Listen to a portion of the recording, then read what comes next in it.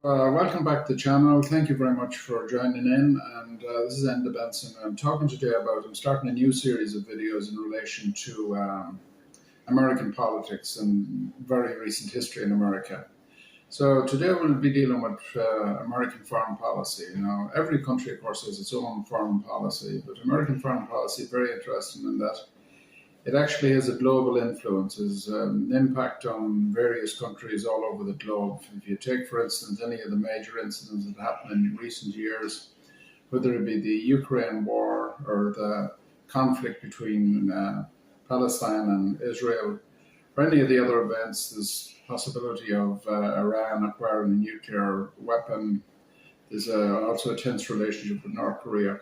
All these countries have a certain relationship with America for certain reasons, and we'll go through those reasons in this video because we'll be dealing specifically in this video with American foreign policy. But I'll be doing a series of videos actually relating to other things like the impact of AI and intelligence, healthcare, gun control, and a number of other issues like, for instance, the power of the presidency relative to Congress and that type of thing. So if you'd like to see those, please join the channel, subscribe to the channel. It's free to do so. And thank you for watching for today. So America has actually made quite a lot of prosperity, created an awful lot of wealth as a result of very important trade deals.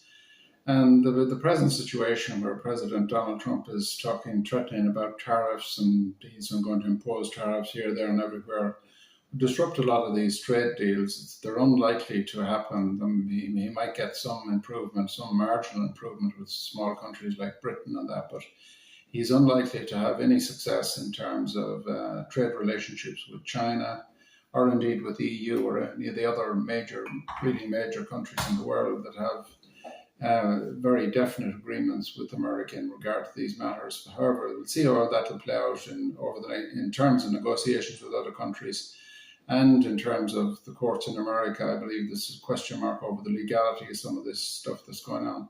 So there's been a very long policy of free trade, at least 100 years, 120 years, and America has built up a tremendous level of wealth, the wealthiest country in the world as a result of free trade, which leads to exports, global markets, huge exports of American tractors and agricultural products all over Europe, all through my lifetime. And this is the result of free trade. It's not the result of tariffs. Tariffs are not going to actually result in prosperity for either America or any other country. So when this particular situation blows over, you will find that America will revert back to the free trade situation, which has actually created such tremendous wealth for it as a country over the last couple of centuries. So national security also, of course, as I said there, in the aftermath of 9/11, it's a lot of concern about certain countries who want to develop nuclear weapons like Iran. North Korea is also an issue of tension between the United States and that country. So there's a number of countries like that is very high on the list in terms of national security in regard to the development of nuclear weapons, and that's an ongoing concern. And there's continuing talks and negotiations going on between America and these countries in relation to these developments. So national security is definitely the actual number one priority in terms of foreign policy, but there's also, of course, economic interests. And over the years, over the decades, the US has developed many very important trade deals with other countries and various different countries that they helped during wars, etc., going back to the Marshall Plan and the aftermath of the Second World War. In more recent times, we see a mineral deal with Ukraine for US help in regard to the war there. So there's been many trade deals conducted by the Department of State over the years. And so America has conducted many very important trade deals and created alliances with various countries around the world, very important trade deals. And generally speaking, America has promoted free trade around the world because that's basically good for American business. America has several industries that need a global market in order to export, in order to create profits, in order to create jobs at home. So free trade has been a very important part of the American economy, and its relationship with the rest of the world in terms of economics, especially in regard to exports. It's also an important part of America's policy, foreign policy, in relation to having access to raw materials, especially oil and various other minerals like diamonds and zinc and aluminium and steel. So the actual war, say for instance, back in the 1990s with George Bush Sr., when he actually went to war with Saddam Hussein. Of course, it wasn't just America went to war. America led a coalition of countries at that stage against Saddam Hussein because there was an attempt there to make sure that the policy in regard to the Middle East would be to ensure that no regional power in that region dominates the oil situation, because that could lead to world instability if there's a scarcity of oil, as you've seen in the 1970s. So that'll be the policy in relation to the Middle East, and that's partly as well why America is such a strong supporter of Israel in that region, because Israel is a military partner of America. There's also a strong religious affiliation between the Christian groups, Christian denominations in America, and they feel their roots is in Israel, going back to the Old Testament and that. So there's 2 or 3 reasons there. There's for the support, even though it's not particularly popular at the moment to be a supporter of Israel, because there's a tremendous level of human rights abuses in terms of the Palestinian people. But here's an example of where there's a conflict between objectives. On the one hand, America has a very strong human rights record in terms of promoting democracy around the world.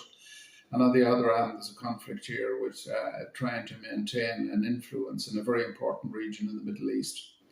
So if we look at, say, for instance, another example of American foreign policy, the whole idea is to promote democracy around the world, because democracies have been proved over the years to be less likely to go to war than, say, dictatorships like, say, for instance, Hitler on the right, or not so much that Soviet Union went to war with too many countries, but they financed guerrilla groups, communist groups in various different countries and created chaos as a result.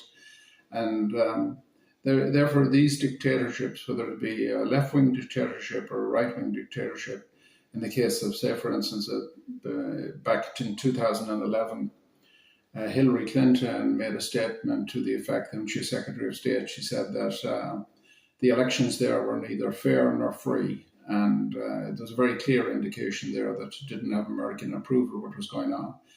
And of course, a few years later, in 2014, Russia invades Crimea, and a few years later, just in 2022, they invade Ukraine. So that's an example of why American foreign policy is in favor of promoting democracy, because democracies generally don't go to war. Very rarely do genuine democracies actually start up wars with each other, but left-wing and right-wing dictatorships tend to either promote war or get involved directly in war, whether it be Hitler or communism or any of these extremes. They tend to be destructive in terms of world conflict. So America has a very strong record in terms of promoting democracy, even though on some occasions it did align itself with some right-wing dictators, which was largely in the 1960s and 70s and 80s, when it was a question of becoming aligned with the lesser of two evils. It was either allow that to happen, or else to allow left-wing guerrillas financed by the Soviet Union to take over the world. So it was a difficult situation to decide what was the best course of action. So one of the things that you don't realize, or I didn't until recently anyway, because America is always part of the global political developments in various different countries, but America as a population only represents 4.5% of the world's population. There's about 347 million people in America, but that's less than 5% of the world's population. The world's population today is over 8 billion. So America has a strong influence, mainly because of not so much its own direct power, although it is the most powerful country in the world in terms of its efficiency, in terms of nuclear weapons and all that type of thing, but it also has very important alliances. And if you take, say, for instance, in Asia, it's aligned with Japan and Australia and various other countries in order to curb the China power. And in the Middle East, of course, America backs small countries like Israel and Kuwait, because in the case of Israel, a very important military ally. In the case of Kuwait, it's important to demonstrate that small countries will not have their oil supply robbed by bigger neighbours. So that's an important balance in influence that America plays in that region. Another aspect of American foreign policy is its humanitarian efforts around the world. I remember back when George Jr., George W. Bush was actually president in America between 2000 and 2008.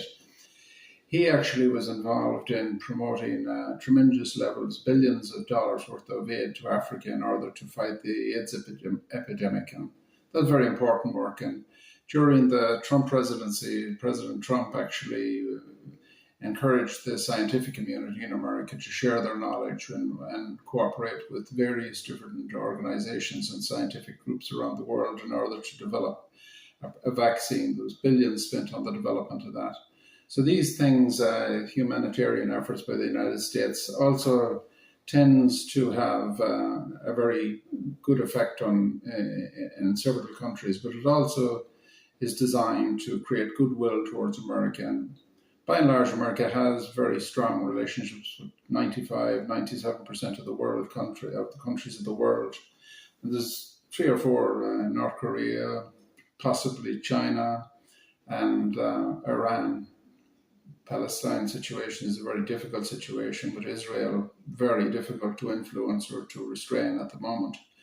But these are all difficult challenges for American foreign policy, and sometimes they're in conflict with each other. For instance, there may be, on the one hand, humanitarian situation in the Middle East with Palestinian people their human rights being brutalized by Israel, but at the same time, America is looking at Israel as an important ally in terms of having a foothold in the Middle East in regard to maintaining a balance of power there between powerful countries like Iran and Iraq and smaller, weaker powers like Israel and Kuwait. So that's it for today. I thought I'd give sort of an overview. I know there's several aspects of this video that doesn't go into the type of detail that would actually be required to get a full understanding of these issues, but I did attempt here to give an overview of why America is actually such an influential country around the world and why its foreign policy is of interest to virtually every region, every country in the world. And therefore it is genuinely a global power. And that's why, of course, people are interested in American politics more so than any other country, in that the American presidency tends to be global news. And in recent times, with modern technology, people are following the results of these things on a real-time basis, just as if you're in America. It's a very interesting scenario. So thank you very much for watching for today, and I hope to make another few videos about American politics and history. In the next few weeks, I hope to cover things like gun control, healthcare, and a very interesting subject as well, which is the powers of the president in relation to Congress and in relation to the Supreme Court. I have a number of videos like that I have sort of scripts done on so far. So if you'd like to actually see those, subscribe to the channel. It's actually free to do so. And thank you very much for watching for today. Goodbye for now.